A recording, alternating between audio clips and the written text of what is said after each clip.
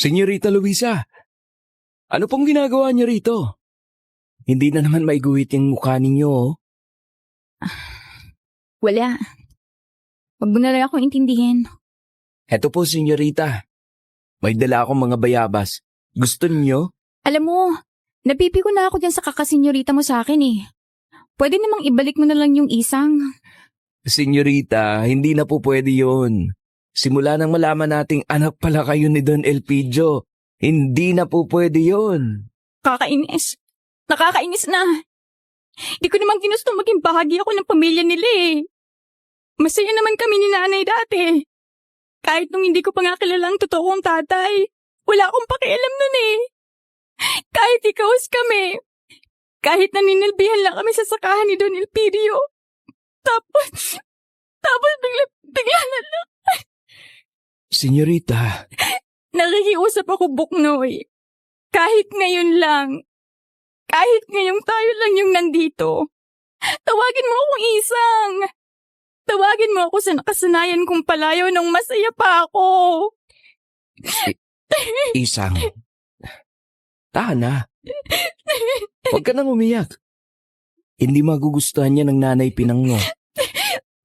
Pagod na ako, Buknoy. Pagod na ako. Kinukumusta nga kita palagi, di ba?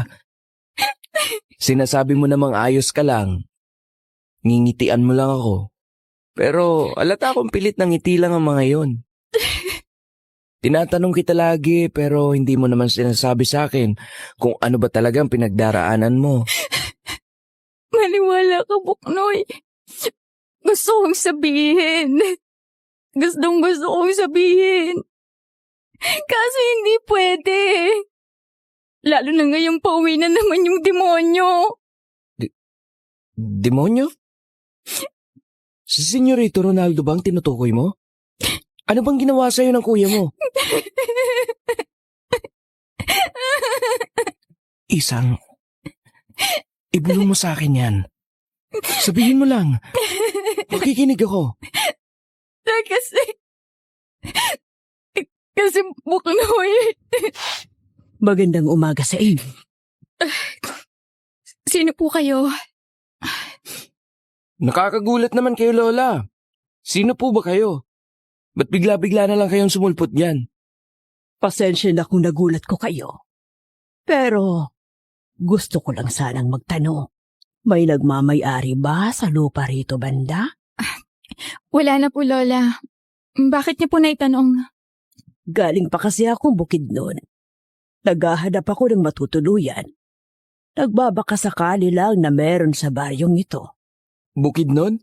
Ang layo naman ang pinanggalingan niyo, Lola. Tapos mag-isa lang kayo? Oo, wala kasi akong pamilya. Wala akong asawa at mga anak. Pwede po kayo rin sa dating bahay namin ng nanay ko. Sigurado po ba kayo dyan, senyorita? Wala naman ang nakatira ron eh. Dinadalaw-dalaw ko na lang yun paminsan-minsan. Hindi ganun ang ibig kong sabihin. Ang pinupunto ko po, hindi pa natin kilalan talaga ito si Lola. Ibibigay mo lang ng basta yung dating bahay niyo sa kanya? Buknoy, hindi naman siya mukhang masamang tao eh. Tsaka isa pa, mukhang kailangan talaga niya eh. Ay, alam mo, isa yan sa mga hindi nagbago sa'yo eh.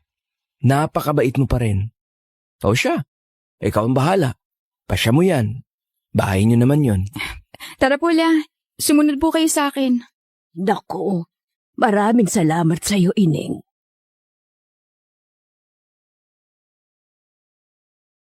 Good day, kwentong takipsinim.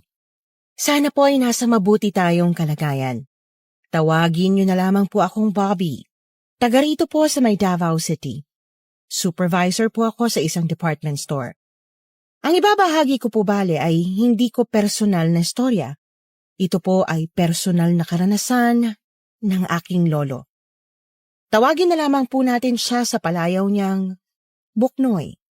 Tungkol po ito sa kung paanong napupuno ng hinanakit ang isang pusong puno ng pagkamuhi.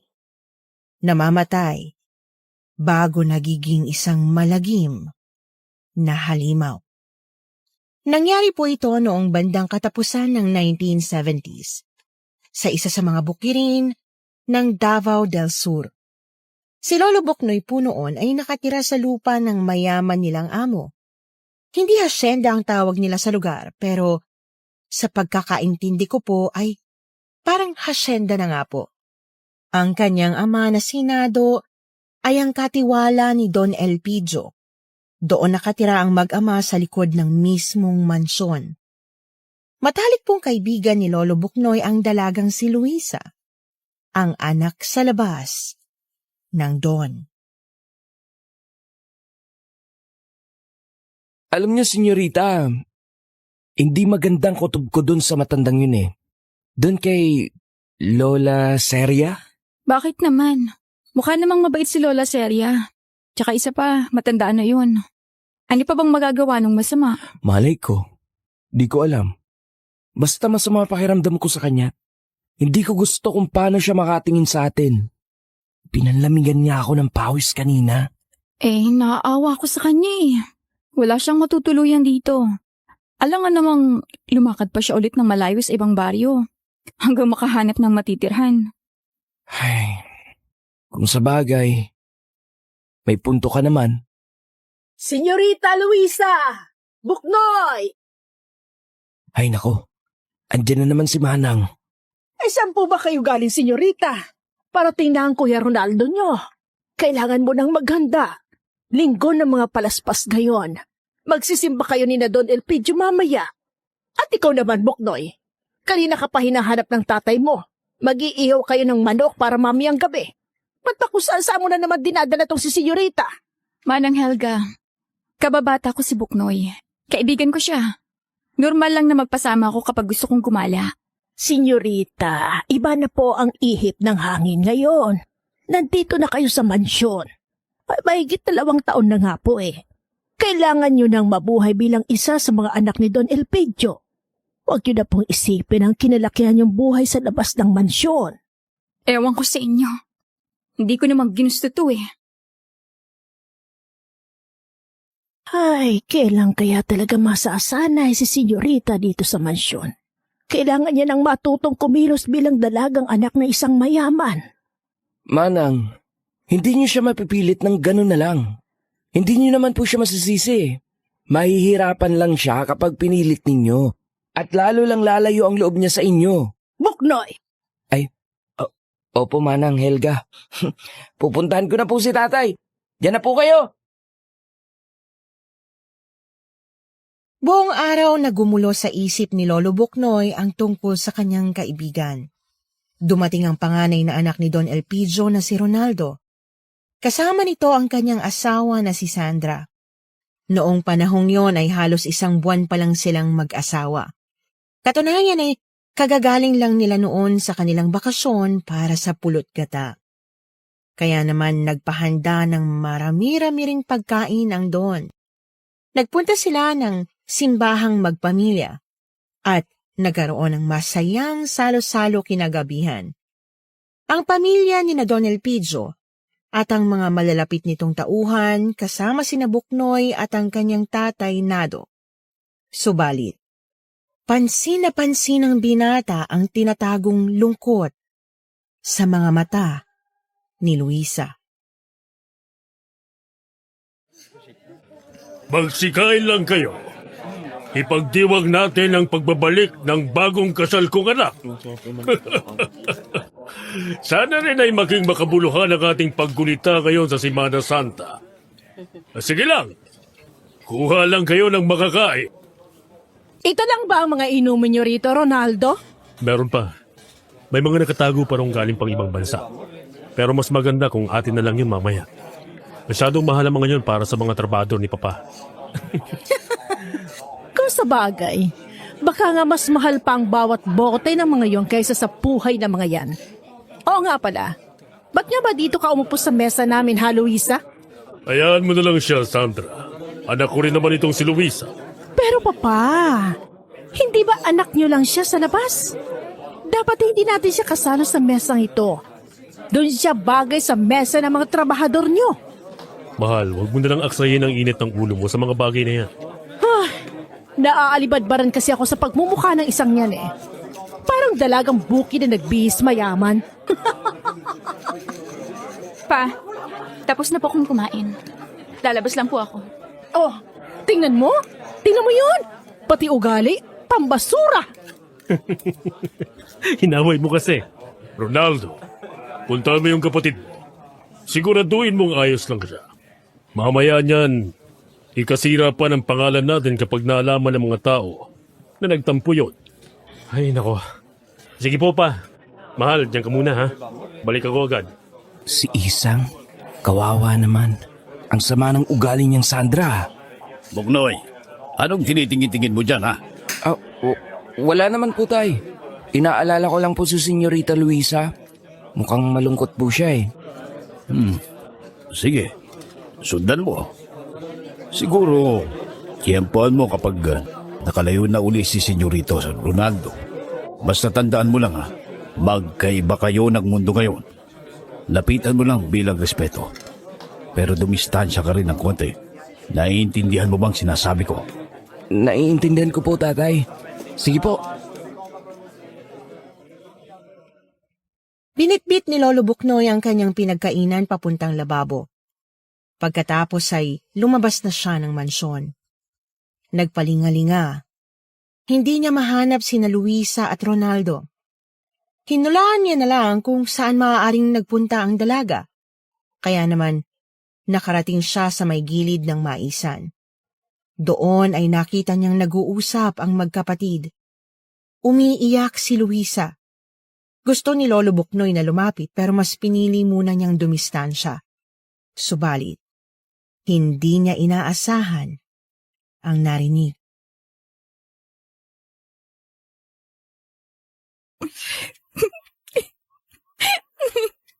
Ano ba kasing problema mo tagdadirma ka ng ganyan? Binabastos mo sa papa. Biglang-bigla ka nalang umaalis. Kasi, kuya, Kung si Sandra ang pinoproblema mo, huwag mo na lang masyadong dibdibin ang sinasabi niya. Para yun lang, nagdadabog ka na ng ganyan. kuya, buntis ako! Anong sabi mo? Si Isang? Buntis? Anong sinasabi mong buntis ka? Nagmamaang-maangan ka pang demonyo ka. Buntis ako at ikaw ang ama. Ito ang bunga ng pambababoy mo sa akin. Tapos ngayong nagbunga na, ano na? Ano? Hindi pwede yung sinasabi mo eh. Isang buwan na akong wala rito. 2 buwan na ako hindi dinadatnan. 2 buwan na mula na pinasok mo ang kwarto ko. Kuya, anong gagawin ko? Ano? Hayop ka! Teka, sandali. Ano ka? Mag-iisip ako ng paraan. Tapos mag-usap tayo ulit. Basta, manahimik ka na lang muna sa ngayon. Manahimik! 2 buwan na ako nananahimik. Hindi ko na kayang manatili walang imik. Alam mo ang mangyayari kapag nagkalat ka? Kapag nagsumbong ka? Hindi lang ikaw ang mapapahamak. Sisiguraduhin kong may mamamatay sa mga kaibigan mo rito. Tandaan mo yan. Hayop ka! Hayop ka!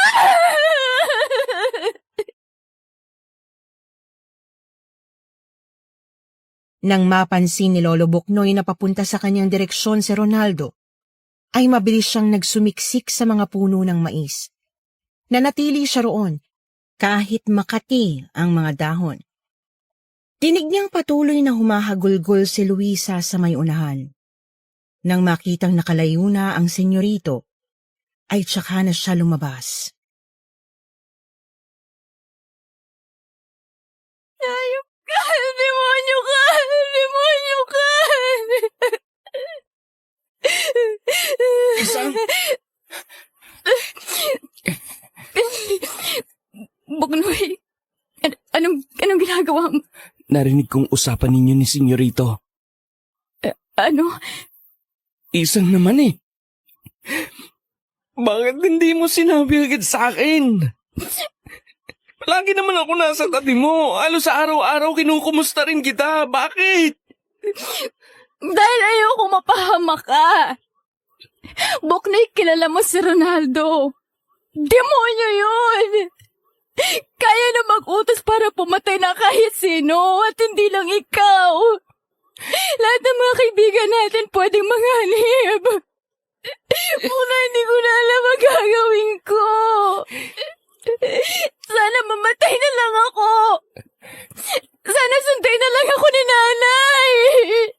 Isang huwag ka magsasalita ng ganyan. Huwag ka mag-alala. Hahanap tayo ng paraan. Kung tumakas na lang kaya tayo. Magpakalayo-layo tayo. Naisip ko na rin yan. Kaso, paano nga yung mga maiiwan ko, mga malalapit sa akin? Kapag nalaman nilang ikaw ang kasama ko, paano ang tatay mo? Anong gagawin mo? Aamin ka sa papa mo na buntis ka? Anong plano mo dyan sa bata? Hindi ko pa alam, Buknoy. Hindi ko pa alam. Ang sigurado ko lang, ayoko idama yung batang nito. Wala siyang kinalaman sa nangyayari. Susubukan ko lang yung lahat para lang mailuwal siya ng ligtas. Kung kailangan mo na magpapanggap na ama, pwede ako.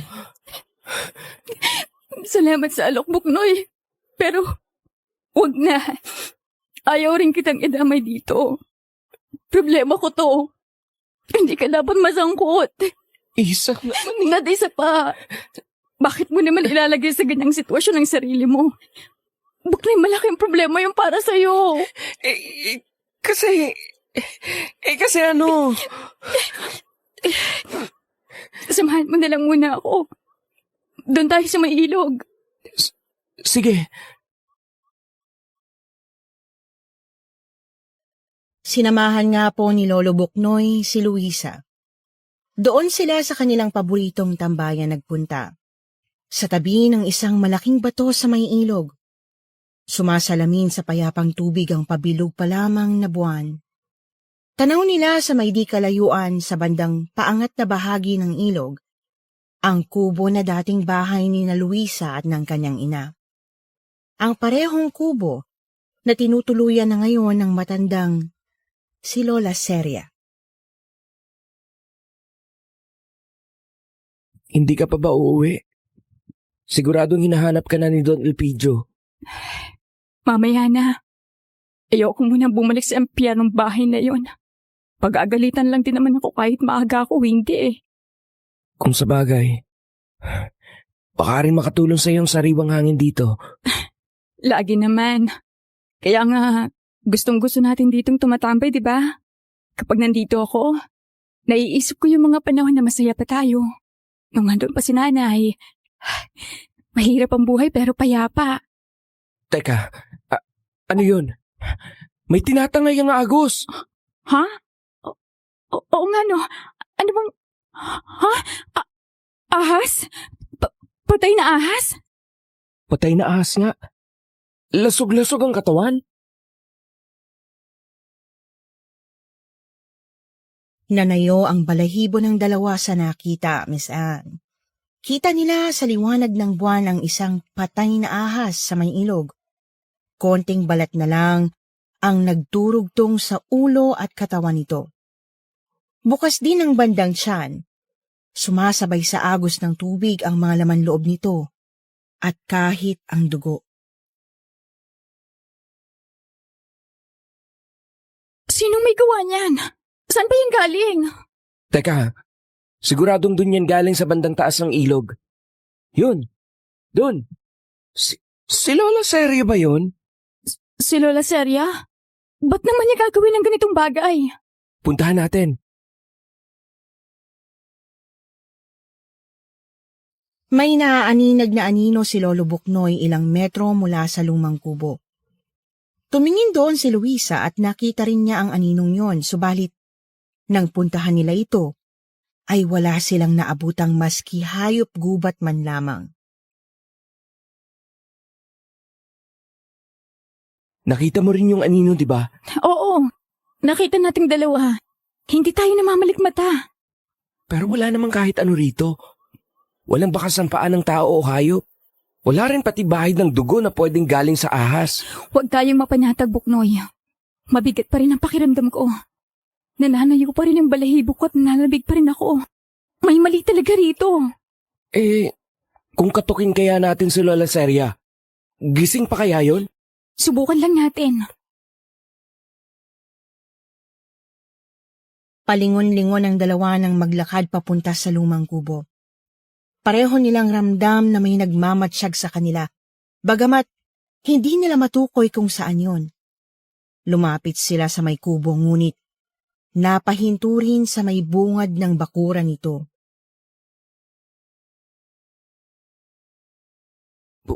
Bumalik na lang siguro tayo sa mansyon.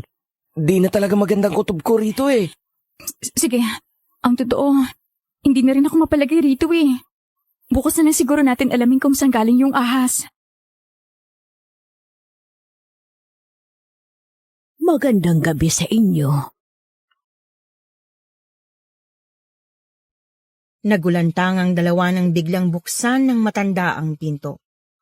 Nanigas sa kinatatayuan si Lolo Buknoy habang napaatras ng isang hakbang si Luisa.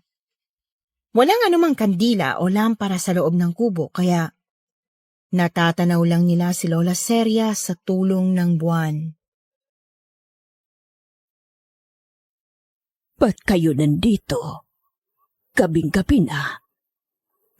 Nagpapahangin lang po ng konti, Lola. Pasensya na po kung naabala namin ang tulog ninyo. Ay dako, hindi. Hindi pa naman ako nakakatulog talaga. Baka gusto niyo pumasok muna. Sige po, Lola. Pasok muna kami. Akala ko ba uuwi na tayo? Mas gugustuhin ko pang matulog dito kasama ang isang dayong hindi ko pa kilala. Kesa naman doon. Lumakad si Luisa palapit sa pinto. Si Lolo Buknoy naman ay kibit-balikat na lang na sumunod. Nakikiramdam sa paligid. Naisip niyang baka nga mas ligtas ang manatili muna sa kubo kesa ang maglakad sa kakahuyan pa uwi. Hindi nga naman kasi nila alam kung sinong nararamdaman nilang nagmamatsyag, subalit kahit pagkapasok sa kubo ay mabigat pa rin ang pakiramdam ni Lolo Buknoy. Ayan, may ilaw na ng kandila. Pasensya na ha, kung wala akong maibibigay na anumang pagkain sa inyo. Matapos kasi nating maglinis dito kaninang umaga. Nagpahinga na ako kaagad. Wala po yung Lola. Ayos lang po. Busog pa naman po kami. Kayo po, kumain na ho ba kayo? Oo, tapos na. Nanguha ako ng bayabas doon sa malapit sa puno kanina. Yung tinuro ninyo na pwede kong kuhaan ng bunga. Habang nag-uusap sina Luisa at Lola Seria ay tahimik na nagmasid si Lolo Buknoy. Nakasandal siya sa dingding. Sa kanyang kaliwa ay ang saradong pinto. Sa kanan naman ay katabi ang dalaga. Ilang ligid pa ng mga mata. Napansin niya ang mga gamit ng matanda sa ilalim ng mesa. Sako yon, nagawa para sa harina. Pero may katabi itong garapon na kulay itim. Kung ano man ang laman nun ay hindi niya masabi. Hindi nawala ang mabigat na pakiramdam ng binata. Hanggang sa nakuha ang pansin niya sa narinig. Ineng, ako ay may itatanong sa'yo. Sana huwag mong mamasamain.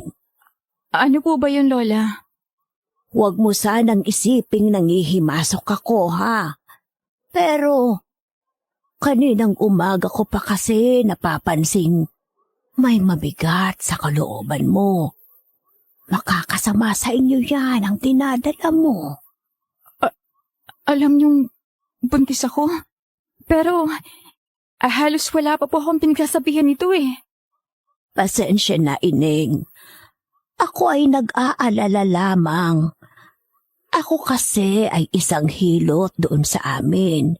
Ako ay nagpapaanak din. Kaya, isang tingin lang, nalalaman ko agad kung buntis ang isang babae. Tama po kayo, Lola. Buntis po ako. Tama rin po kayo na mabigat ang pinagdaraanan ko ngayon. Gusto kong makatulong sa iyo. kahit sa muntikong paraan. Lola, ipinagpapasalamat ko po ang kagustuhan niyong makatulong. Pero, huwag niyo na po akong alalahanin masyado. Tinulungan mo ko, kaya gusto rin kitang tulungan. Maliit na bagay lang naman. Hihilutin lang kita para gumaan-gaan ang pakiramdam mo. Ay, iyan lang pala. Sige po. Teka, sandali. Ligtas kayo magpahilot sa kanya, Isang. Mamaya, mapano ka pa eh. Masela ng kalagayan mo ngayon. Buknoy, alam ko nagkaalala ka lang para sa akin. Ipinagpapasalamat ko yan. Pero, huwag na nating dagdagan ang iniisip natin. Gusto ko lang makalimot ngayong gabi. Kahit konti. Nagkatitigan sina Lolo Buknoy at Luisa. Pagkatapos ay napayuko na lang ang binata ng tahimik. Si Luisa naman ay pumasok sa maliit na kwarto ng kubo para nga magpahilot kay Lola Seria. Ano ba kasi itong nararamdaman ko? Bakit ba ganito kasama ang pakiramdam ko rito? Dati naman, maaliwalas naman sa pakiramdam itong kubo ni Naisang. Ano kaya talagang meron dun sa matanda? Yung mga gamit niya. Tumayo si Lolo Buknoy at lumapit sa nakitang sako ng harina. Nag-iingat para hindi makagawa ng ingay. Sumilip siya sa loob ng sako. May nakita siyang iba pang mga botelyang maliliit doon. May napansin din siyang libritong itim. Anong librito kaya yun? Ba't itim? Mukhang may nakasulat sa harap. Matingnan nga.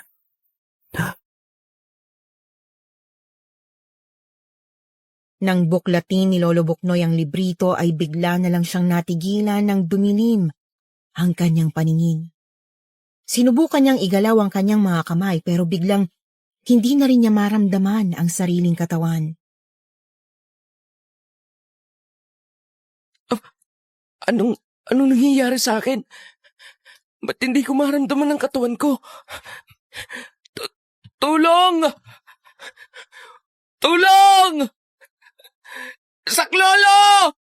Tulungan niyo ako! Huwag kang mangingialam. Sino ka? Huwag kang mangingialam sa takbo ng tadhana. Ano bang sinasabi mo? Hindi kita... Huwag kang mangingialam. Ano ba kasi... Panaginip. Panaginip lang ba yun? Tsaka paano nakabalik na ako rito sa tabi ng pinto? Lumapit ako dyan sa may sako kanina. Oh, tapos na kayo? Tapos na. Totoo nga, Buknoy. Medyo gumaan ang pakiramdam ko matapos akong hilutin ni Lola Seria. Talaga? Basta magpahinga ka lang din kagad, Ining. At tandaan mo ang sinabi ko sa'yo kanina. Opo, Lola. Tatandaan ko po lahat. Sinabi? Mamaya ako na ikikwento habang pauwi tayo. Tara na. Palagay ko, handa na akong harapin sina Papa. Nagtatakang lumabas ng kubo si Lolo Buknoy. Hindi niya malaman kung nakatulog ba siya at nanaginip na nilapitan niya ang sako ng matanda. Nagtataka rin siya sa napapansing kakaiba kay Luisa. Kung titingnan po kasi ay tila ba nabanlawan ang lahat ng lungkot at alalahanin nito sa katawan. Lumakad sila sa may ilog at lumusot sa may kakahuyan pabalik sa mansyon. Nakiramdam si Lolo Buknoy. Kinukutuban pa rin siya pero hindi na gaanong mabigat ang kanyang pakiramdam. Ano bang napag-usapan ninyo ni Lola Seria kanina? Bakit parang ang aliwalas na ng itsura mo pagkatapos kanyang hilutin? Napakagaling kasi niyang manghihilot, Buknoy. Dapat nga nagpahilot ka rin eh. Tsaka ayun, nabanggit ko sa kanyang problema ko tapos binigyan niya ako ng konting payo. Anong payo? Ayun, sabi niya, Lakasan ko raw ang loob ko. Harapin ko yung mga problema ko. Huwag raw akong mag-alala dahil may plano ang tadhana para sa akin. Kapag malungkot ako o mabigat ang damdamin ko, pakiramdaman ko lang. Huwag kong pigilan o ikaila. Kung kailangang magpakalunod sa masasamang damdamin, gawin ko. Yun daw ang magiging susi upang makawala ako sa kinilalagyan ko ngayon. Magpakalunod sa masasamang emosyon? Teka pa, bakit parang kakaiba naman yata yan? Makakasama sa'yo yun, Isang. Sa palagay ko hindi naman. Ang totoo, kanina naiyak ako habang hinihilot ni Lola Seria. Pagkatapos nun, eto, pakiramdam ko Buknoy, lumuwang ang kalooban ko. Sigurado ka ba dyan? Mukha ba akong nagsisinungaling, Buknoy? Hindi naman sa ganun. Ewan ko sa'yo. Tara na nga.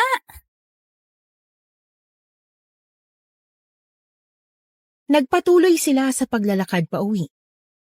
Una nilang madadaanan ang bahay ni na Lolo Buknoy na nasa may likod ng mansyon. Noon ay nagulat ang magkaibigan nang matanaw nila sa may bakuran ang tatay Nado ni Lolo at si Don Elpidio. Naroroon din si Ronaldo. Unang tingin pa lang ay alam na ni Lolo Buknoy na may kalokohan na namang ginawa ang panganay ng Don. Papa? Papa, anong ginagawa niyo? Bakit niyo ako sinampal? Ano tong narinig kong buntis ka, ha? Papa, teka po, magpapaliwanag po ako. Ito ba naman ang dinadala mo? Sumagot ka. May relasyon ba kayo nitong si Buknoy? Pa, nagkakamali ho kayo. Kaibigan ko lang si Buknoy. Hindi siya ang ama ng pinagbubuntis ko. Siyempre pa, magsisinungaling talaga yan. Pagtatakpan yan ang kalukuhan nila ni Buknoy. Anak, totoo ba itong ipinararatang nila sa'yo? Totoo bang nabuntis mo ang senyorita? Tay, ang totoo. Hindi nga si Buknoy ang ama ng dinadala ko. Kung ganon, sino nga? Sabihin mo na bago pa maubos ang pasensya ko. Si Kuya pa! Inaasa niya ako bago ang kasal nila. Pinaboy niya ako! Ako? Nababaliw ka na ba? Sa dinabi-dabi ng pwede mong pagbintagan ng kapatid mo pa talaga? Ha? Halika rito! Papa, bitiwan Halika! niyo ako! Ano ba? Ano ba?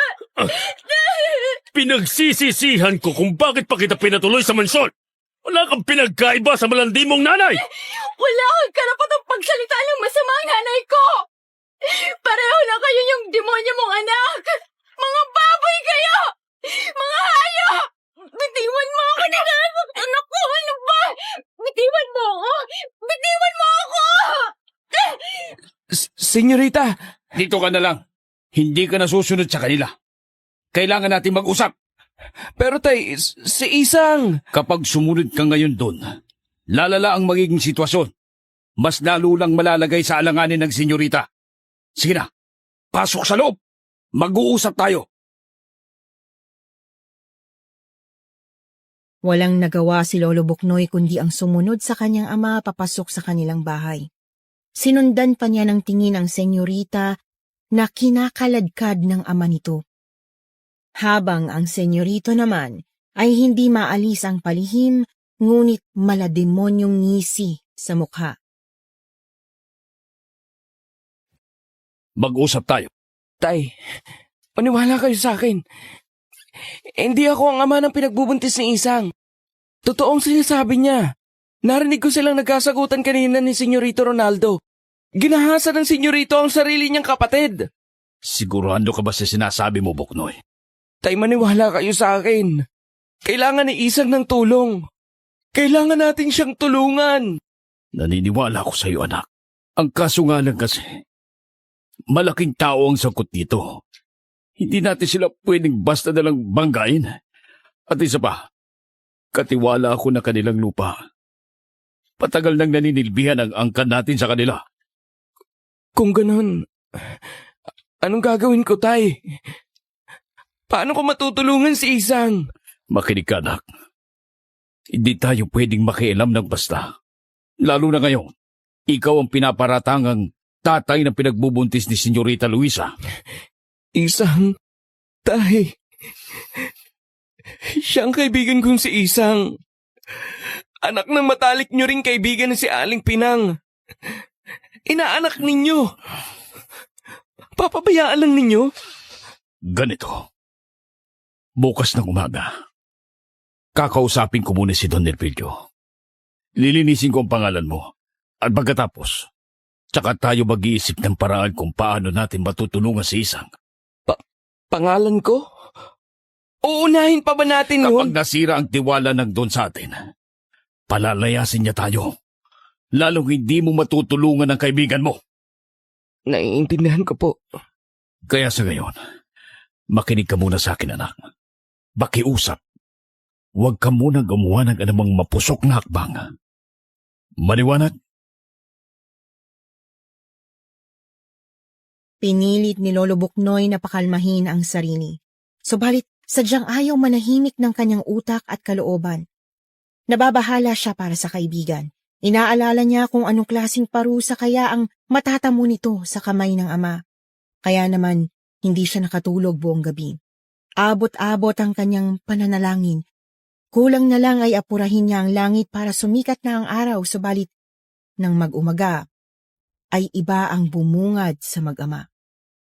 Pagkalabas pa lang kasi ng kanilang pintuan ay natanaw na nilang may nagkukumpulan na mga tao. Doon yon sa may daan papuntang ilog. Lumapit ang mag-ama para makibalita. At nagimbal sila sa nalaman. Totoo ba ito? Anong nangyari sa mga hayop na yan? At lasog-lasog ang mga katawan at wak-wak pa ang sikmura. Tapos, nawawala ang mga puso. Ang totoo, Tay. Nakita namin ni Isang yung ahas kagabi. Nagpalutang-lutang pa yan sa ilog eh. Pero ganyan na po ang kalagayan niyan. Hindi nga lang namin nasuri kung may puso pa ba yan kagabi o wala na. Sinubukan naming alamin kung sinong may gawa. Pero hindi namin nahanap. Yang ahas lang ba ang nakita ninyo? Opo. Hindi namin napansin yung baboy ramo at kambing. Sino kayang may gawa niyan? Kung yung kambing lang, pwede pang paghinalaan ng kahit sino rito sa baryo. Pero pati ang ahas at baboy ramo? Pinaghinalaan ko nga po. Baka yung matandang tinulungan namin kahapon. Kaso malabo namang magagawa niya yan. Hindi kaya ng isang tao lang yan. Lalo na ng isang matanda. Hindi kaya totoo ang kutob ng iba. Alin po? Yung tungkol sa aswang? Patay naman eh. Malabo yun. Hindi naman totoo ang mga aswang, di ba? Sino na magkasigsira ulo ang gagawa ng ganitong kalagim na bagay? Papatayin ng ganyang kabrutal ng mga hayop? At tapos, hayaan lang sa ilog. Maniniwala pa sana ako kung ninakaw yung kambing eh. O hindi naman kaya hinuli yung ahas at baboy ramo para pagkakitaan. Kaso hindi. Pinatay lang. Nilasog-lasog. Tapos, iniwan dyan nang wala ng mga puso. Magulo ang isip ng mag-ama nang lumakad papunta sa malaking bahay, subalit pareho rin silang kinakabahan nang makapasok na sa bakuran ng mansyon. Hindi alam kung paano sisimulang kausapin si Don Elpidio. Nasa loob kaya ang Don? Malamang. May balak siyang magpahinga ngayon buong Semana Santa. Di ko nga lang sigurado kung paano natin siya kakausapin. Magandang umaga, Mang Nado. Buknoy? Magandang umaga rin po, Senyorita Sandra. Nariyan po ba si Don Elpidio? Gusto ko lang po sanang siyang makausap. Oo, nasa kwarto niya. Yun nga lang, hindi niya muna kayo maharap. Ayaw niya munang pag-usapan ng tungkol sa nangyari kagabi. Senyorita Sandra, kumusta na po si Senyorita Luisa? Buknoy, ano ba? Tama nga ang sabi ni Ronaldo. Talagang malapit kayo sa isa't isa ng malanding yon, ano? Nag-aalala lang po ako. Alam mo, kung ako sa iyo, Buknoy, huwag mo na siyang isipin pa. Nakakulong siya ngayon sa kwarto niya habang pinag-iisipan pa ni Papa kung anong gagawin. Mas mabuti para sa iyo, huwag Huwag ka na muna magpakita ng ganyang pag-aalala para sa kanya. Lalo lang titibay ang hinala naming ikaw ang nakabuntis sa kanya eh. Senyorita, Sige na, makakaalis na kayo. Bumalik na kayo sa mga trabaho nyo. Sige po, Senyorita Sandra. Aalis na po kami. Halika na, Buknoy. Alis na tayo. Lalong kumulimlim ang isip at kalooban ni Lolo Buknoy. Hindi na niya malaman kung papaano tutulungan ang kanyang kaibigan. Habang nagtatrabaho sa hardin ng mansyon, ay mayat maya ang pagtingala niya sa bintana ng dalaga. Pero sarado yon. Pagsapit naman ng gabi ay nakapagpasya ang mga taga-baryo na suyurin ang kanilang lugar. Pakay nilang hanapin ang salarin sa pagkamatay ng mga hayop. Subalit, hindi na nag-abalang sumama si Lolo Buknoy. Ang kanyang tatay na lamang ang umalis at bumalik bitbit ang isa na namang balita.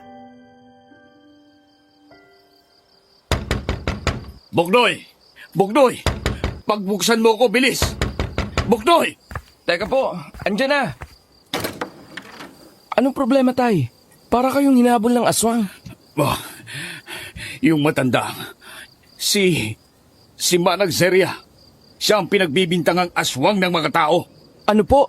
Andun sa lumang kubo ni Napinang. Pinagpepiestahan ng mga taga-baryo. Puntahan po natin. Napatakbo ang mag-ama papunta sa dating bahay ni na Luisa. Doon ay nadatnan nga nilang pinagkakaguluhan ng mga tao ang matandang dayo. Nakatayo ito sa may bakuran. Kaharap ang nang-aakusang mga taga-baryo. Anak, gaano niyo ba kakilala yung matandang yan? Sa totoo lang, tay, hindi pa namin siya halos kilala. Kahapon nga lang siya dumating dito eh. Tsaka kahit ako ay kinukutuban din sa matanda. Paanong kutob? Mahirap pong ipaliwanag eh. Pero mabigat ang pakiramdam ko dito kagabi nung tingnan namin itong lugar. Kasi si Isang masama rin ang kutob dito. Pero ayaw naman niyang pag-isipan ng masama si Lola Seria. Paanong ayaw niyang pag-isipan ng masama? Baka naman daw kasi masyado lang akong naghihinala. Kawawa raw ang matanda kung uhusgahan agad. May punta naman siya. Hindi nga naman tama kung huusgahan agad yung manang. Maniwala kayo sa akin. Hindi ako ang pumatay sa mga hayop. Hindi ko yan kayang gawin. Ako ay isang hamak na matandang hilot lamang na napadpad dito sa inyong lugar. Ako po ay walang masamang intensyon. Sinungaling! Ngayon lang may ganito kalagim na pangyayari sa amin nang dumating ka. Kaya siguradong ikaw ang pumatay sa mga hayop. Isa kang banta sa kaligtasan namin. Isa kang aswang! Hindi ako isang aswang. Maniwala naman kayo sa akin. Kung talagang hindi ka aswang, heto, kainin at tubusin mo ang lahat ng yan. Ano yan? Bawang? Asin? Kalamansi? Mga kilalang pangontra sa aswang. Kung yan ang gusto ninyo, gagawin ko. Kung yan ang paraan para maniwala kayo sa akin, sige. Walang pagdadalawang isip na kinain ng matanda ang iniabot sa kanyang mga pangontra sa aswang. Kalamansi, bawang at asin. Kaya naman, natahimik ang mga tao hanggang sa naubos ni Lola Seria ang lahat.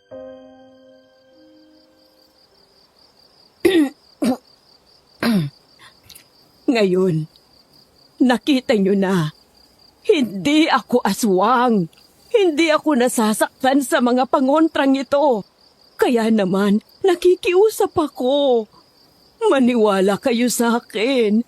Pagkatiwalaan ninyo ako. Dahil sa nangyari ay unti-unting nagsialisa ng mga taga-baryo sa labas ng kubo. Ang iba naman ay nagkusang humingi ng tawad sa matanda. Sina Lolo Buknoy man at ang kanyang tatay ay umuwi na rin. Gumulong ang ilan pang araw. Hindi pa rin nakikita ulit ni Lolo Buknoy ang kaibigan. Kahit sa bintana ng silid nito ay hindi rin niya ito natatanaw. Patindi ng patindi ang kanyang pangambang baka napano na ito hanggang sa sumapit ang hapon ng Biyernes Santo. Manang Helga, tawag niyo po ako. Ihatid mo itong pagkain kay Senyorita Luisa.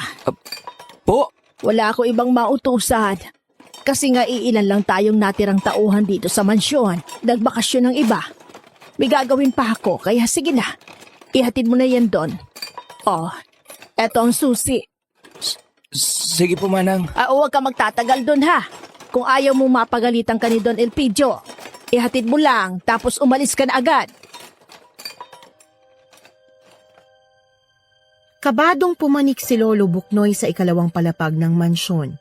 Bit-bit niya ang isang platong may kanin at eskabetse at nasa bulsa ang susi ng kwarto ni Luisa. Binuksan niya ang pinto.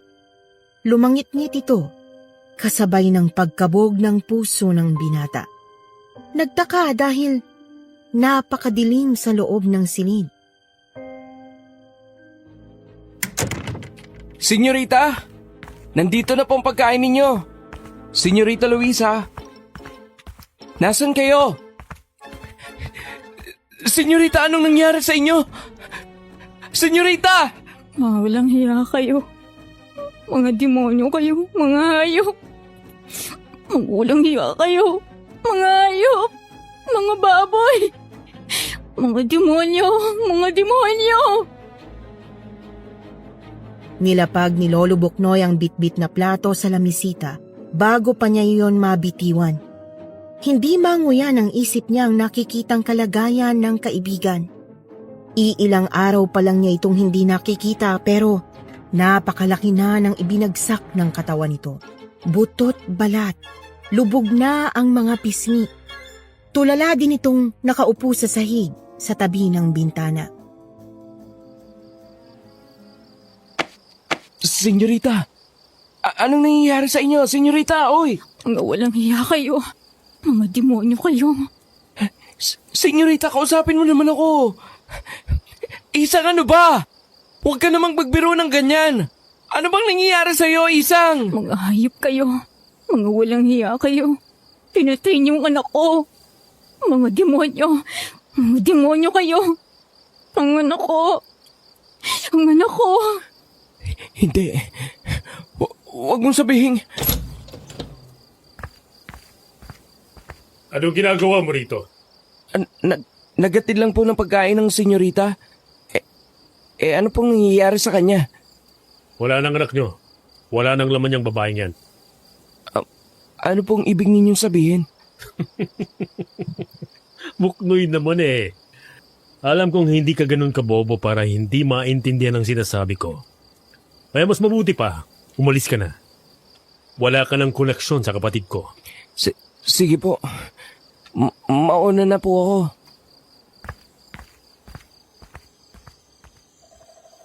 Napakasama nila! Mga demonyo sila! Mga hayop! Uy! Bugnoy, ano bang nangyayari sa'yo? Umuwi ka na lang nang nagpupuyo saga. Pinalaglag nila ang anak ni Luisa, tay! Ha? Ano ka mo? At nandun si Luisa ngayon. Wala na sa katinuan. Hindi na makausap na maayos.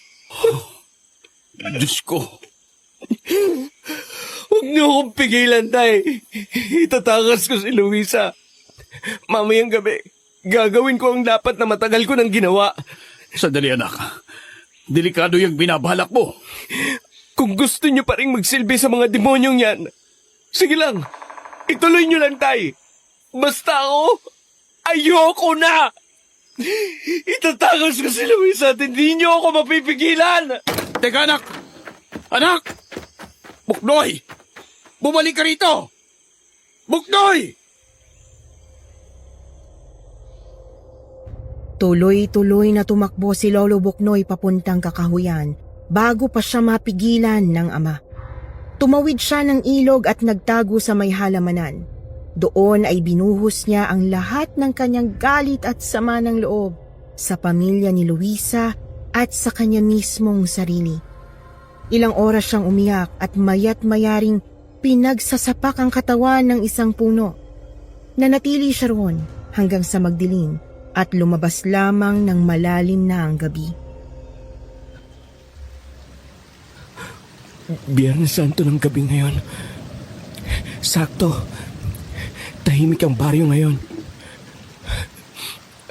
Panginoon, tulungan niyo po sana ako. Itatakas ko si Luisa. Ilalayo ko siya sa impyerno nilang mansyon. Dapat talaga dati ko pa yung ginawa ito eh. Ang lumang kubo.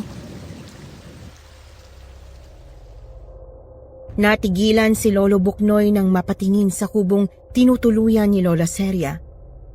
Natatanglawan niyo ng malamlam na liwanag ng buwan, pero napakatahimik ng paligid.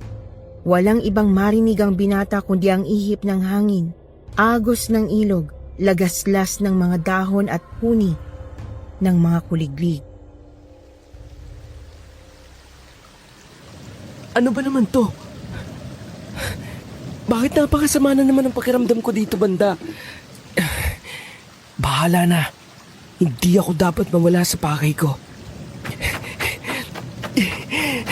Itatakas ko si Isang. Mula sa may ilog ay tinahak ni Lolo Buknoy ang kakahuyan. Pinipilit niyang ituon ang sarili sa balak, bagamat hindi maisantabi ang kung anong bigat sa kalooban. Nananayo ang kanyang balahibo at napakalakas ng kabog ng dibdib. Ilang minuto pa ay natanaw na niya ang mansyon, subalit may natanaw din siyang nakatayo sa bakuran nito. Naroroon sa bandang ibaba ng silid ni Luisa, nakatingala sa mismong bintana. Sino yan? Nagbabantay ba yun sa kwarto ni Isang? Kainis naman oh. Ngayon pa talaga nagkaroon ng bantay dyan? Aba teka, si Lola Seri ba yan? Natigilan si Lolo Buknoy nang mapagtantong si Lola Seria ang kanyang natatanaw. At lalo siyang naniga sa kinatatayuan nang lumingon ito sa kanyang direksyon. Kumpirmadong si Lola Seria nga, ngunit kakilakilabot ang itsura nito. Nandidilat at namumula ang mga mata. Tapos ay kakaiba ang lapad ng bibig. Nakamaang na kung titingnan ay parang isang madilim na yungib ang bunganga. Unti-unting napahakbang paatras si Lolo Buknoy dahil sa takot. Hindi rin niya maawat ang panginginig ng kanyang katawan. Hindi! Anong klaseng nilalang ka? Aswang! Aswang! Huwag kang mangingialam. Akin si Luisa. Akin na si Luisa. Animoy tumigil ang paghinga ni Lolo Buknoy dahil sa pagkasindak. Mula kasi sa bakuran ng mansyon ay bigla na lamang nawala ang matanda. Pagkatapos ay lumutang sa mismo niyang harapan. Tinitigan siya nito na animoy nagbabanta. Sunod na lang na malaya ni Lolo Buknoy na dumidilim na ang kanyang naaaninag. Hindi na naman niya maramdaman ang sariling katawan. Ito na naman. Ito na naman tong kadilimang to. Tulong! Tulungan niyo ako! Huwag kang mangingialam. Masusunod ang tadhana. Mangyayari ang dapat na mangyari. Halimaw ka! Demonyo ka! Anong balak mo kay Luisa? Hindi, si Isang! Anong balak mo kay Isang? Sumagot ka! Buknoy! Buknoy! Buknoy, gumising ka! Uy! Buknoy!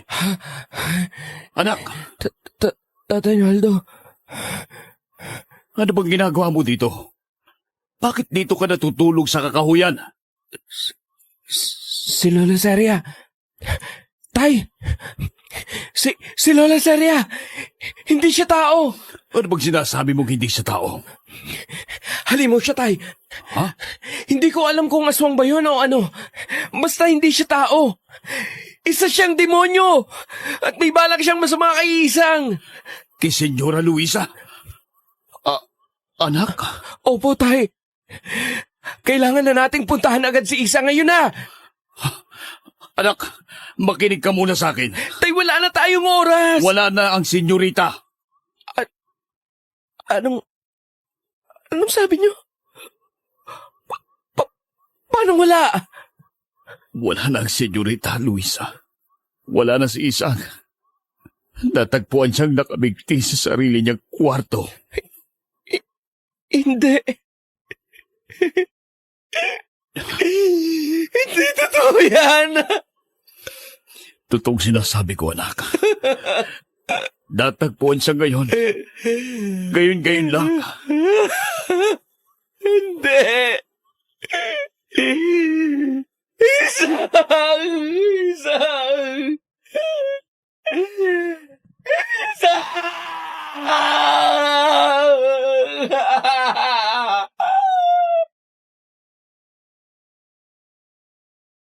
Halos gumuho ang mundo ni Lolo Buknoy nang mawala sa kanya ang matalik na kaibigan. Hindi siya halos makapaniwala na magagawa ni Luisa ang ganong bagay. Gusto niyang pumasok sa mansyon at puntahan ang kaibigan, subalit hindi siya pinapasok ng Don.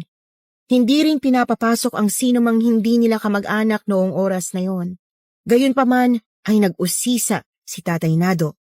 Nalaman niyang bukod sa nakabigti, may mga bahi din pala ng dugo ng kung ano sa sahig ng silid ng dalaga. Nakaguhit ng kung anong simbolo ang dugo, bagamat walang makapagsabi kung anong pinapahiwatig noon. Anong simbolo kaya yon? Bakit naman yun iguguhit ni Isang? Nahuli ako, tay. Nakakainis. Nakakainis. Anak, alam kong napakasakit sa ito. Kahit sa akin din naman. Ang totoo, bala ko na sana tulungan kang itakas si Isang. Kaso, yun nga. Kabalitaan ko na lang na. May mali talaga dito, tay. Hindi ito magagawa ni Isang. Palagay ko may nagtulak sa kanya para gawin ito. O di naman kaya may pumatay sa kanya. Ano bang sinasabi mo, anak? Na isa kina Don Ilpilyong. May pupuntahan muna ako, tay. May kukumpirmahin lang ako. Kukumpirmahin? Ano yun, anak? Kailangan ko siyang puntahan. Buknoy! Saan ka na naman pupunta? Buknoy! Sinunod ni Lolo Buknoy ang udyok ng kanyang kutob. Lumakad siya papunta sa kubong tinutuluyan ni Lola Seria. Anak, ano ba't kasi sumugod ka rito? Ano ba kasing sinasabi mo kaninang halimaw ang matanda?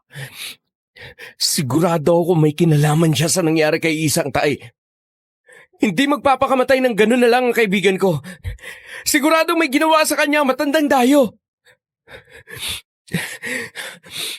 Lola Seria! Lola Seria! Ako to, si Buknoy! Buksan yung pinto! Lola! Lola Seria! Ilang minutong kinatok ni Lolo Buknoy ang pinto ng kubo sa may ilog. Kinala niya nasa loob lang ang kanyang hinahanap. May liwanag kasi ng kandila o lampara na lumulusot sa mga siwang ng dingding, subalit walang tumutugon. Mukhang wala ritong matanda. Nakakainis. Mukhang tumakas na yata ang halimaw. Pero kanino pa ako may napapansin kakaibang amoy dito. At parang galing sa loob ng kubo. Amoy? Oo nga po, tay. May kung ano masama nga. Pero hindi ganun kalata. Kung Buksan kaya natin itong pinto. Teka, sandali. Bukas yata ito eh. Ayun. Bumukas. Ha? Anong kademonyohan to? Miss Anne, nagimbal ang mag-ama sa nadatnan. Una roon ay nakabigti rin si Lola Seria. Kakila-kilabot ang itsura nito. Namumutla ang balat, nandidilat ang mga mata at nakalawik ang dila. Nakamaangang bunganga pero pangiti ang korte nito. Sa sahig naman ay nagkalat ang laman loob at dugo ng iba't ibang mga hayop. May maliliit at malalaking piraso ng laman, tapos may nakaguhit na kung anong simbolo na hindi maintindihan ng mag-ama. Demonyo! Isang demonyo matandang to! Hindi siya aswang! Isa siyang demonyo! Anak, ibalita natin ito sa mga kabaryo natin. Kailangan itong malaman agad ng lahat. Halika na. Hindi na tayo dapat na magtagal dito na tayo lang. Halika na. Gabi ng Biyernes Santo, subalit naging masalimuot ang lahat para sa mansyon at sa buong baryo.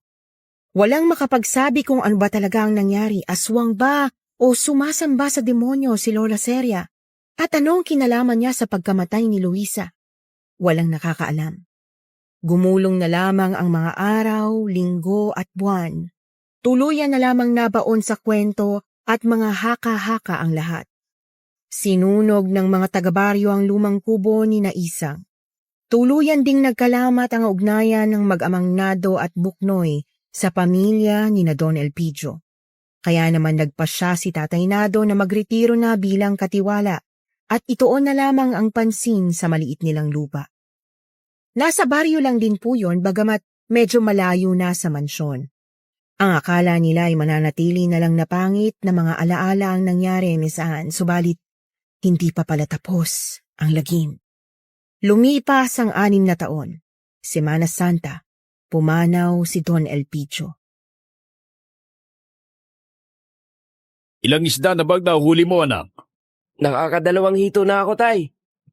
Ayos ang pantangalian to mamaya. Oo nga pala. May narinig ako tungkol sa pagkamatay ni Don Elpidio. Galing to sa isa sa mga kasambahay ng mansyon. Ano pong nalaman nyo? Hindi totoong inatake sa puso ang Don. Natagpuan siya nakabigti sa loob ng sariling kwarto niya. Ha? Ba't naman po siya magpapakamatay? Nakonsensya siya sa kademonyahan niya? Hindi ganun eh. Ganito. Ang itsura kasi niya. Nandidilat ang bata at lawit ang dila. Namumutla rin. Tapos, takot na takot ang mukha. Ang malala pa ay may kung ano ring simbolo sa sahig. Ginuhit gamit ang dugo ng manok. At sinubukan kong ipalarawan sa nagkwento sa akin. Yung simbolo at kumpirmado. Pareho sa nasa sahig ng kwarto ni Isang. At sa kubo ni Manang Seria. Kung may sa demonyo nga yan, tay, iisipin ko na lang na gumaganti si Isang. Sana lang, isunod si Ronaldo nang mamatay na rin yung hayop na yun. Tukol nga pala kay Ronaldo. Mamaya sila darating nung asawa niya. Kasama ang anak nila. Bukas na kasi ililibing ang Don. Bukas agad? Ang bilis naman yata. Ayaw nilang paabutin pa ng Biyernes Santo ang burol kaya bukas pa lang, Huwebes Santo, ililibing agad. Miyerkules Santo ng hapon dumating nga rin sina Senyorito Ronaldo at ang asawa nitong si Sandra. Kasama nila ang kanilang anak at nang sumunod na araw, Huwebes Santo, nailibing si Don Elpidio. Maraming salamat sa inyo, Magnado. Tsaka Buknoy, kahit may masama tayong nakaraan, nagpunta pa rin kayo sa libing ni Papa. Bilang respeto lang po, senyorito. Ilang dekada din namang nanilbihan ang akadami sa inyo. Dapat lang din naman na dumalo sila, no? May malaking utang na loob din naman sila sa pamilya nyo. Napakasama pa rin talaga ng ugali ng impactang to. Ito po ba ang inyong anak, senyorito? Opo, Magnado. Si Ruby. 4 na taong gulang. Managmana sa nanay ah. Aba, syempre. Sino yung andon?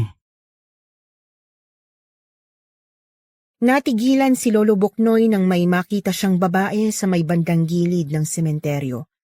Malayo na po yun sa kinaroroonan nila, kaya hindi niya masiguro kung sino yon. Pero napakapamilyar sa kanya ng figura nun. Pakiramdam niya ay kilalang kilala niya ang babae. Anak, anong tinitignan mo? Wala po, tay.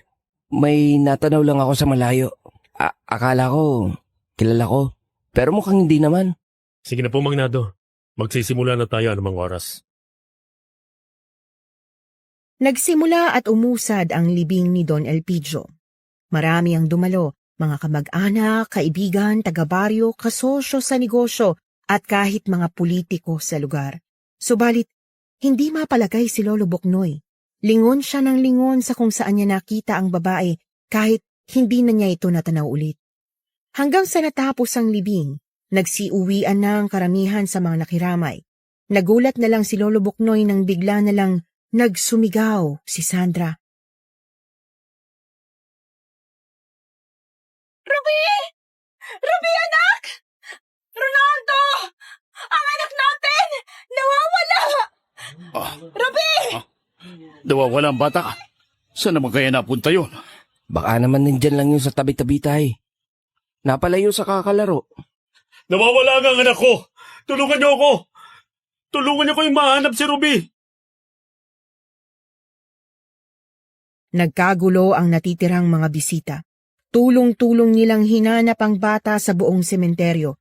Pati sina Lolo Boknoy at Tatay Nado ay tumulong na rin, subalit hindi nila nahanap si Ruby.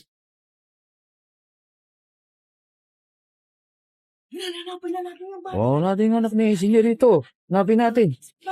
Sino punta yun? Tainaldo! Tainado! May nahanap ka kayo roon? Wala po eh. Lalabas na ako ng sementeryo. Titingnan ko ron sa may bandang kakahuyan. Lalabas na rin ako, pero ibang lugar ang tatahakin ko. Maghiwalay tayo para mas malawak ang masuyod natin. Sige po, tay. O nga pala, di ba malaki ang galit mo kay Senyorito Ronaldo? Kahit ako rin naman masama ang loob ko sa kanya. Pero ba't ka tumutulong sa paghahanap dun sa bata? Tay, hindi na kailangang itanong yan. Bata lang yun. Wala siyang kinalaman sa galit natin sa mga magulang niya. Sige na po, alis na ako. Lumabas nga po si Lolo Boknoy ng sementeryo para hanapin ang bata. Doon siya nagtungo sa makahoy at medyo paangat na bahagi, papunta sa malapit na bundok.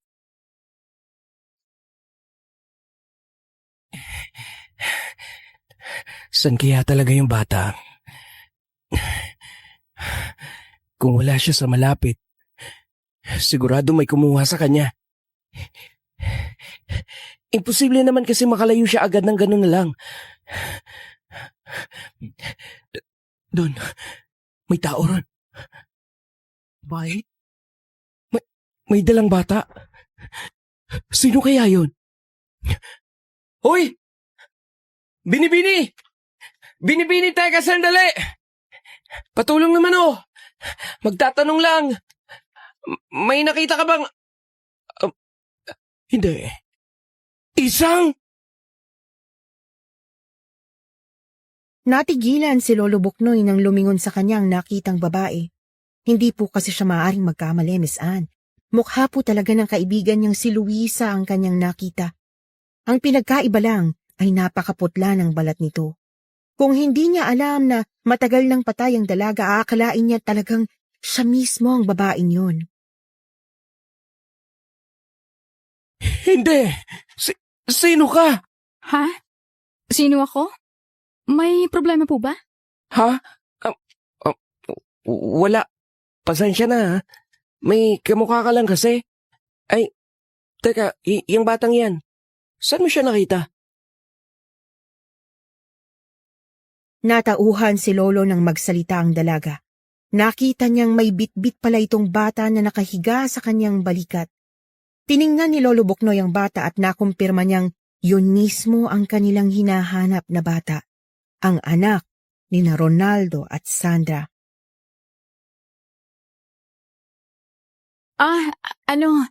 Nakita ko lang siya kanina dito sa may Kakahuyan. Bakit mo na itanong?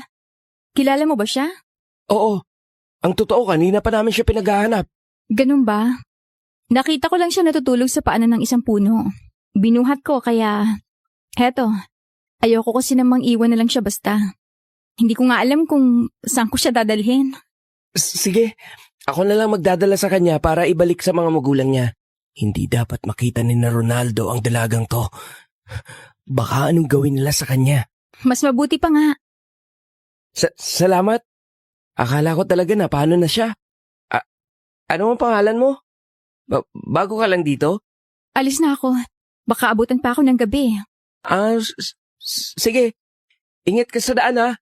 Kita tayo ulit sa susunod. Sige. Ingat ka, Buknoy.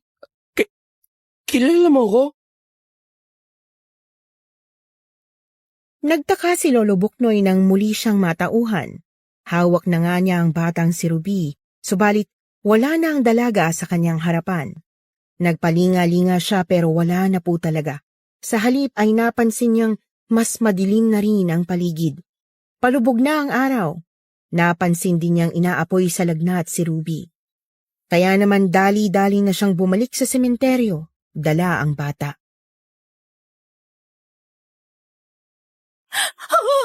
Anak ko, salamat naman at naibalik ka pa sa amin. Ano ba kasi nangyari sa'yo?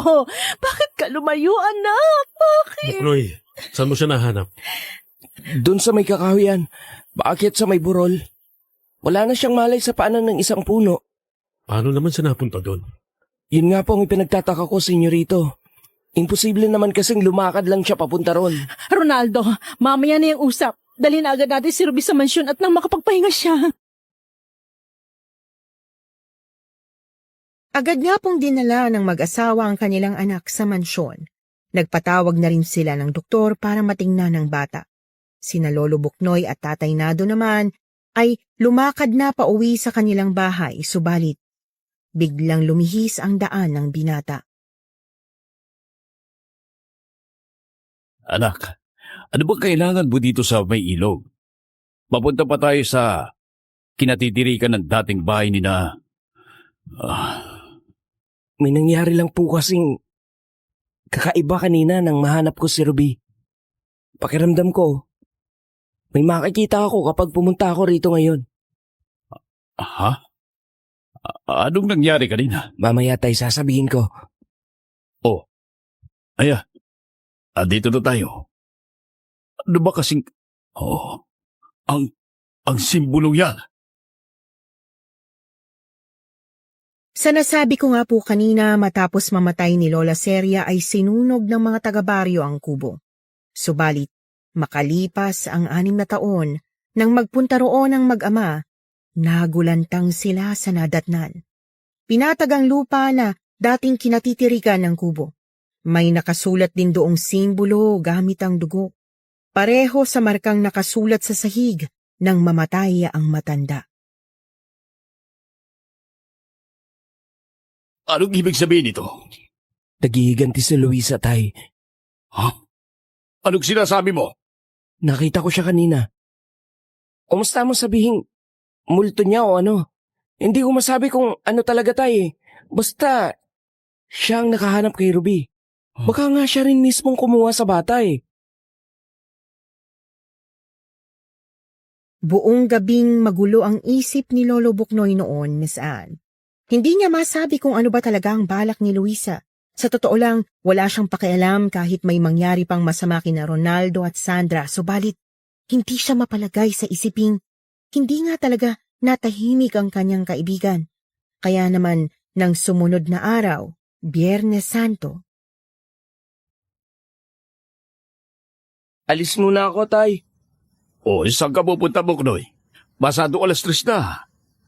Patay na ang Panginoon. Hindi ka na dapat na nagpupunta kung saan.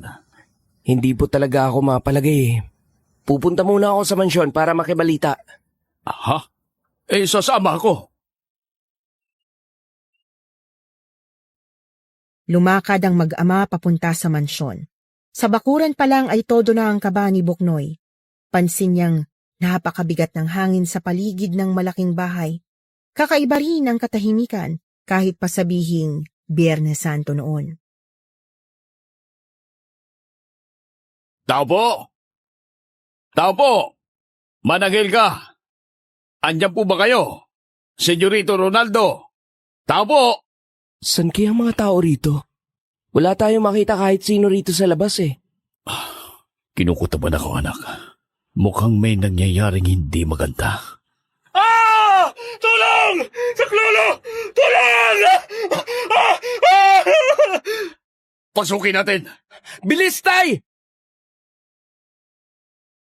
Tarantang pumasok sa pinto ng mansyon ng mag-ama. Agad ay natigilan sila sa nadatnan sa may sala. Naroroon ang mayordoma ng mansyon na si Manang Helga. Katabi ang isa pa sa mga kasambahay. Kapwa mga wala ng buhay. Wakwak ang mga sikmura at naliligo sa dugo ang buong katawan. Anong kademonyo itong nangyari dito? Mukhang tamang kutob ko, Tay. Eto na yon. Naghihiganti na si Isang. Lumayaw ka sa amin! Layuan mo kami ng anak ko! Halimaw ka! Halimaw! Sa taas, Tay. Puntahan natin. Pinuntahan nila ang hagdan. Maging sa paanan nun ay may tao ring kakilakilabot ang itsura ng bangkay. Ang hardinero ng mansyon. Pumanik sila sa dugoong hagdan. May nakitang isa pang kasambahay sa ikalawang palapag. Tinumbok nila ang kwarto ng mag-asawa. Senyorito Ronaldo! Andiyan ka pa sa loob? Ako to si Nando! Tulungan niyo ako, Magnado! Tulong! Sipain na natin itong pintuan, anak. Sige, Tay. Heto na! Isa! Dalawa! Tatlo! Tulungan niyo ako! Tulungan niyo ako! Senyorito! Sinasabi ko na nga ba eh. Ikaw nga. Isang. Huwag kang mangingialam. Mangyayari ang dapat mangyari. Matutupad ang tadhana. Mamamatay ang mga dapat mamatay.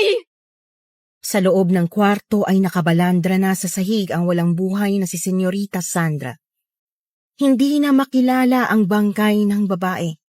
Putol ang ulo, wakwak ang tiyan at dibdib, at naglalawa ang dugo sa buong sahig. Si Ronaldo naman ay nakasiksik sa isang sulok, yakap ang walang malay pa ring anak. Kaharap ng lalaki ang babaeng nakita ni Lolo Buknoy sa may sementeryo. Ang babaeng kamukhang-kamukha ni Luisa, ngunit mas maputla. Mamamatay ka, Ronaldo! Mamamatay kang baboy ka! Susunod ka na sa hayop mong ama! Huwag! Mawa ka sa akin! Huwag! Kung gusto mo, etong bata na lang kunin mo. Sa'yo na to! Huwag mo na ako sasaktan! Nakakasukang nilalang! Pati buhay ng sarili mong anak. Nakahanda mong ibang bayad, mabuhay ka lang! Nakakadiri ka! Isang. Pero huwag kang mag-alala. Matapos kitang tapusin, isusunod ko yung anak mo nang wala nang matira sa kasumpa-sumpa ninyong angkan. Luisa, sandali! Sinabi na huwag kang makikialam! Hindi kita pipigilan kung gusto mong patayin yung demonyong yan. Pero Isang naman, huwag mong itadamay ang bata. Wala siyang kinalaman sa nangyari sa'yo. Wala siyang kasalanan. Sinabi na huwag kang mangingialam! Hindi mo naiintindihan ang galit ko! Hindi mo naiintindihan ang pagkamuhi ko sa pamilyang ito! Naiintindihan ko. Galit din ako sa pamilya yan. Galit ako sa kanila dahil pinahirapan ka nila. Galit ako sa kanila dahil nilayo ka nila sa akin. Galit ako sa kanila kasi sila ang dahilan kung bakit nawala ka sa akin. At galit din ako sa sarili ko dahil wala akong nagawa para mailigtas ka. Alam mo ba yun? Buknoy, anak. Uminahon ka. Alam kong gusto mong kumati, Isang. Pero hindi na tama na idamay mo ang bata. Hindi ka ganyan. Hindi ganyan ang kaibigan ko. Hindi ka niya na mahal ko. Hindi! Hindi! Kitang-kita ng mag-ama kung paanong bumaon ang isang kamay ni Luisa sa leeg ng senyorito. Sunod ay pinilit nitong punitin ang dibdib at sikmura ng lalaki. Halata sa mukha ang matinding pagkamuhi. Diyos ko! Isang tama na yan! Tama na yan! Wala na siya! Wala na taong sumirap sa buhay mo! Tama na yan! Nakikiusap ako! Tama na yan, Isang! Buknoy! Ang bata kunin mo! Buhay pa siya! Oo! Hindi na ako magtatagal. Isang, teka sandali. Ano pang ibig mong sabihin? Ano ka ba? Multo ka na lang ba? Hindi mo na kailangang malaman. Ang bahalaga, nagawa ko ng pakay ko. Aalis ka ulit? Hindi na ako nababilang sa mundong ito, Buknoy. Anong ibig mong sabihin? Pero, gusto ko magpasalamat sa'yo. Dahil sa'yo, may naranasan din akong saya sa maiksing buhay ko. Teka, Isang! Buknoy, Sandali! hindi kita makakalimutan. Kung totoo mang may kabilang buhay, umuling pagkakataon, sana pagbigyan na tayo ng tadhana. Maraming salamat. At paalam, Buknoy. Mahal ko.